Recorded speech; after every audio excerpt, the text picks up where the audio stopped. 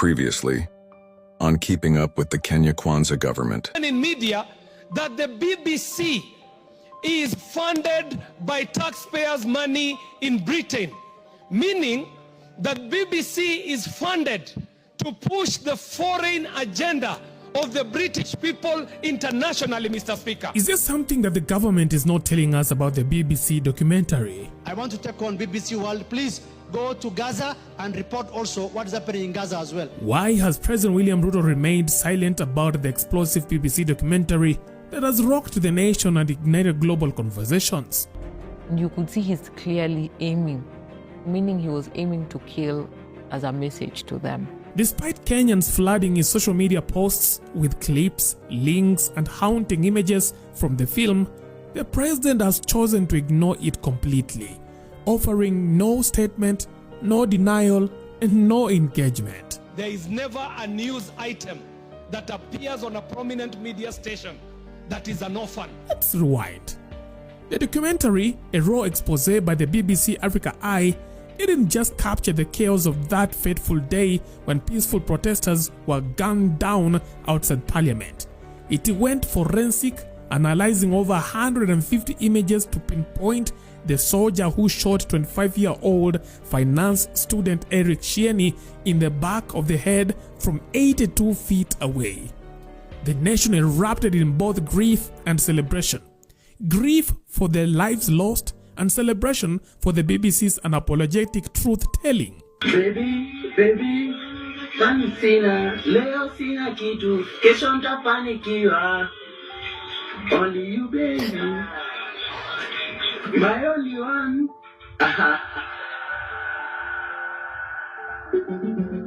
Everything we've seen up till now leads us to one question. Who killed Eric Shieni?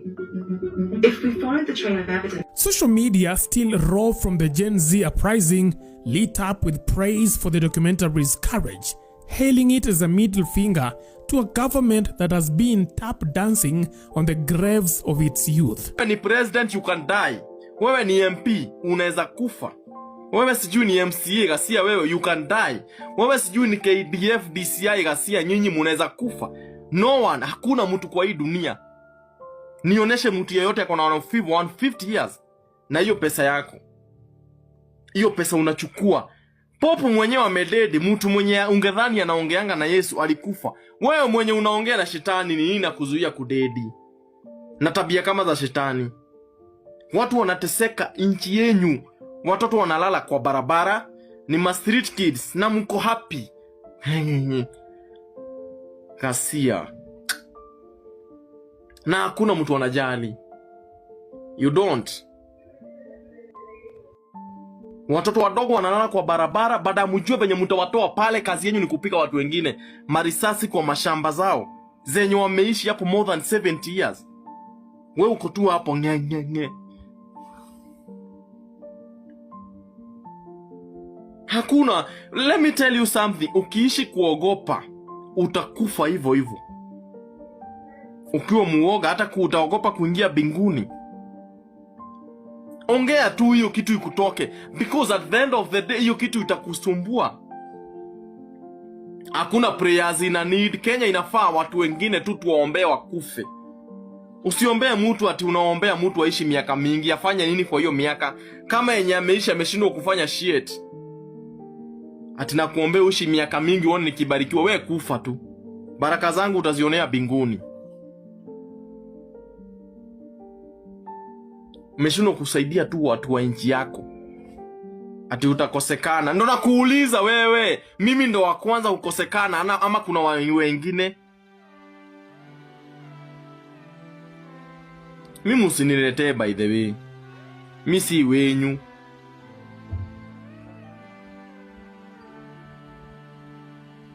Watu wanauliwa kama makondoo. Hata kondoo aziuli wangu hivyo. Kondoo pia ubembelezwa au kula nyasi kidogo inachinjwa.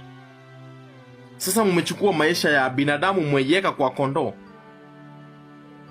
Risasi na huko kwa shamba yako. Wacha kwanza nione, kuna mwenye nasema hapa. Unajua mimi sipendi kukasirika. By the way, hata wenye naongea hivi sijakasirika. Niko na furaha sana. because Kenya is my country and Kenya is my business. By the way, mimi nimezaliwa huku na hakuna shit mnaweza nifanyia. But while we have all been busy cheering the BBC for shining a spotlight on the bloody June 25th, 2024 protests, something was not adding up. Why has the president chosen silence? On his social media platforms, Kenyans hijacked unrelated posts, filling the comment section with the demands for accountability, grim photos from the protests, and the now viral YouTube link to the BBC documentary, which has amassed over 3.5 million views in under 24 hours. Mr. Speaker, this matter that has been brought to the floor by Honorable Bashir is a very critical national matter that we need to prosecute with sobriety as Kenyans. Mr. Speaker, there is no member who would rise on the floor of this House to support atrocities by any uniformed officer against our citizens.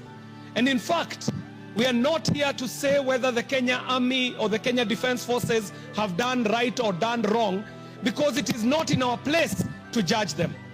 However, Mr. Speaker, it is not lost to my mind that in the last parliament, Mr. Speaker, this House declined to assent to the renewal of the terms of service and the terms of training of the British Army Training Unit in Kenya, the Batuk. Mr. Speaker, when we refused to sign up and regularize Batuk's presence in Kenya, we took a hitting as a House, Mr. Speaker.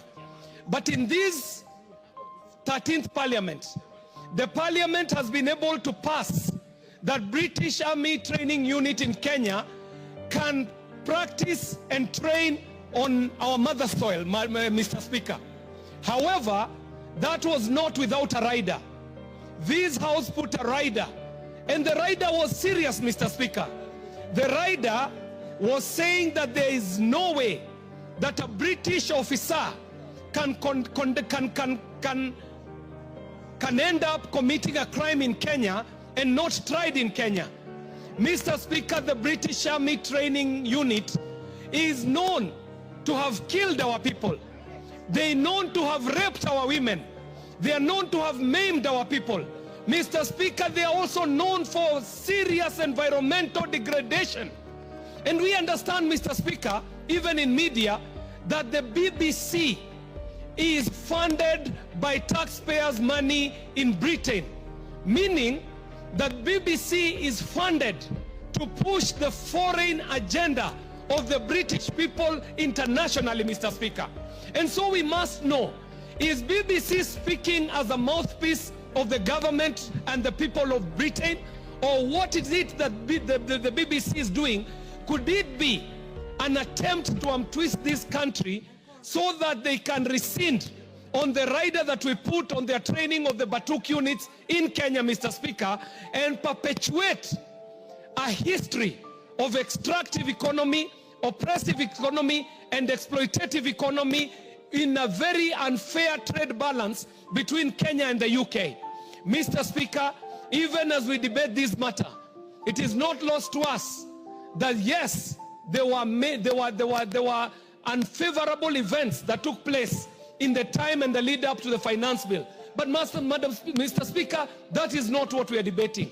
We would like to know for a fact whether what BBC is hearing is connected to the riders that this House put on the training of the British Army Training Units in Kenya, where we were requiring that any officer of the British Army, if they are found here in Kenya to have killed, to have maimed, to have raped, they should be tried here in the mother soil, as it would happen even for a Kenyan if they were found on, guilty of a criminal offense in the UK. So that, Mr. Speaker, the issues are clear for Kenyans, because we know there are many issues that have happened in the UK, very many issues that have happened elsewhere, but they did not get the media presence that we are seeing being put on this issue of the Kenyan Defense Forces. And I dare say, Mr. Speaker, that I do not speak this in defense of the Kenya Defense Forces. I speak this to frame the issues, so that even as we are talking about this issue, we know that there could be an interest that is an ulterior interest being pushed with these media reports, because I know as a media practitioner, there is never a news item that appears on a prominent media station that is an orphan.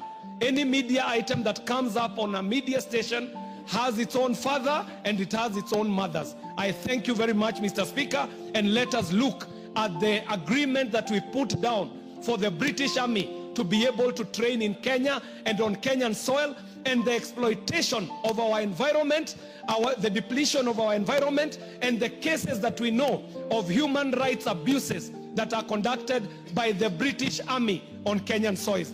The killing, the maiming, and the raping will not go unnoticed, and we will not keep quiet about this issue. Thank you very much, Mr. Speaker.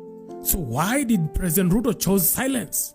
Now, the president's silence is likely not accidental. It appears to be a calculated political move. Now, several possible reasons may explain it. For instance, number one, avoiding legitimizing the documentary. Everything we've seen up till now leads us to one question. By responding directly, President Ruto could inadvertently legitimize the documentary's claims. Acknowledging it gives it more weight and global attention. Silence, from a strategic point, may be intended to minimize its perceived credibility or lifespan in the news cycle. Number two, legal and diplomatic caution. Our suspect wasn't there by mistake. He was working for someone. Given the serious allegations, state-sponsored killings, any public statement could have legal or diplomatic consequences. International human rights organizations or foreign governments might use his words against him. Silence offers a buffer. Number three, waiting out public outrage. Now, many leaders use a tactic of strategic patience during a scandal, waiting for public outrage to wane. You see, in Kenya, public focus can shift quickly, especially if economic hardships or other political events take center stage. Ruto could be betting on this. Number four, delegating damage control. By letting MPs, digital warriors, and state influencers carry out the response, the president maintains plausible deniability while still shaping public perception. And it captures or talks about the event that happened in June the 25th. A very sad day indeed. Tragic and shameful. Tragic in the sense that we lost lives of our fellow Kenyans. Shameful in the sense that democracy of the parliament was about to be infringed. And nevertheless, it has come at this time, a time that we have really moved on. We spoke about that issue in this house, discussed it, sympathized, mourned our fellow Kenyans who passed on during that day. However, it has come at this time again. As much as we agree that our fellow Kenyans lost their lives, unfortunately, but we also moved on to ensure that we reconcile the country as we move on. BBC World Service has attended to this matter in a way that also looked at the Kenyan society or African society as something that discriminatory, sort of, if I may say so. Honorable Speaker, it looked like our media stations also picked it up without questioning how BBC World Service aired the story. It happens world over. People are killed, our people are killed. We sympathize, we moved on. Even world over. Remember, there was the same issue or similar in Capitol Hill. BBC World Service never took the opportunity to say something. It happened in London, they never said it. It happened in many Western nations, they never said it. Above all, there's the killing of women and children in Gaza, and BBC World Service never speak about it. Unfortunately, where 50,000 have been killed so far, especially women and children by a country. They never cover those things. So I think the timing of that report, and it comes at a time when IPOA and other investigative agencies are doing an investigation, and they never shared that with them. Let us not subjugate or discriminate against our own agencies that we think are doing their jobs. It's a matter of us saying, let us ensure that they have capacity to do their job. But let us not clap hands for foreigners who always come and say, this is wrong, what you're doing. Pointing fingers at whatever we do. BBC is a world-renowned station, media station. They have never talked about the genocide that is happening in Gaza, and yet it's a world service. But they want to incite at this time. So, Honorable Speaker, I think why I'm raising this point, because the title itself talks about bloodbath parliament. They should have talked about the protests that happened that day in Kenya or Nairobi, but they chose to use the term bloodbath parliament. That is to also see parliament in a very bad light. This doesn't mean that we don't sympathize with our Kenyans who have been killed. We did here. We mourned them. We empathized with them. We sympathized with them. But the timings of this report by BBC World is unfortunate.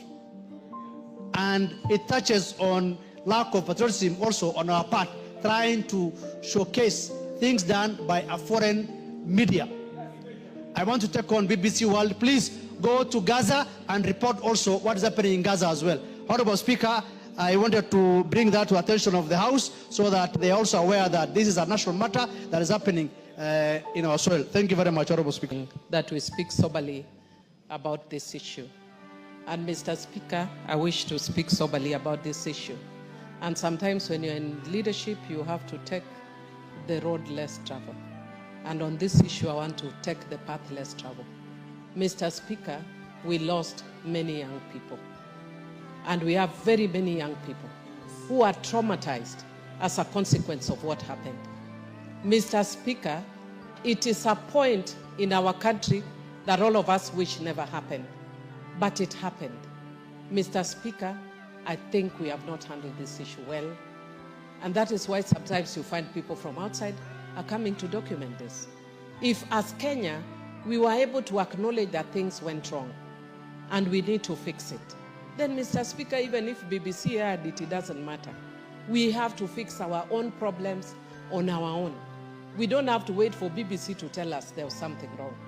I have a problem with the title that they've given, but which is typical of any media house, because they want it to trend and then want it to, yeah. And because of that, Mr. Speaker, they may have given it that title.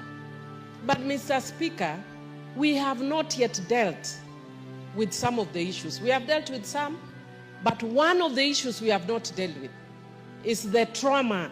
Mr. Speaker, I said it when Honorable Elachi lost the son. Mr. Speaker, we have a very angry young generation in this country. And part of the anger is on the issues that we are seeing, Mr. Speaker. And we cannot bury our heads in the sand, Mr. Speaker. Mr. Speaker, let Parliament take the lead. And let us find a way of helping these young people to heal.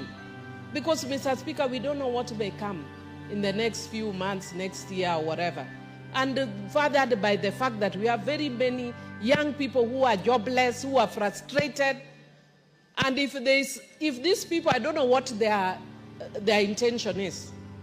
Their intention could be fuel more harm and whatever. I don't know what their intention is. But from the young people that have spoken, it has actually created more anger. We are taking them back to the path that they would rather not walk again. But they are walking it. And we don't know at what point somebody else will fuel it again. You can't stop the media. Somebody else will fuel that anger again. And so for us to deal with it, let this parliament take that mandate to deal. When we had post-election violence, Mr. Speaker, I was lucky to be in this parliament, I think where we do in that parliament. Mr. Speaker, we set up a select committee. We walked all over this country. And because as human beings, we have a nature to forget. When we thought we had moved on, I remember in one case, we met a woman whose husband's head had been decapitated. She went to her home with the husband's head. And we were dealing with people who are angry, people who are depressed. And going there, Mr. Speaker, remember to date when I was speaking in Parliament, I broke down and cried. Not because of me, but because of what we had. And we think we are moving on, but there are many young people who have not necessarily moved on. Mr. Speaker, personally, I would appeal, and I don't want to sit in that committee, but I would appeal that we set up a select committee to deal with this issue that stemmed not necessarily the finance bill, but the after effect of that finance bill. Mr. Speaker, I humbly agree that we deal with this soberly, and I'd want to discourage us from going through a process which we think may be politically correct, but does not necessarily move us forward as a country. Thank you, Mr. Speaker.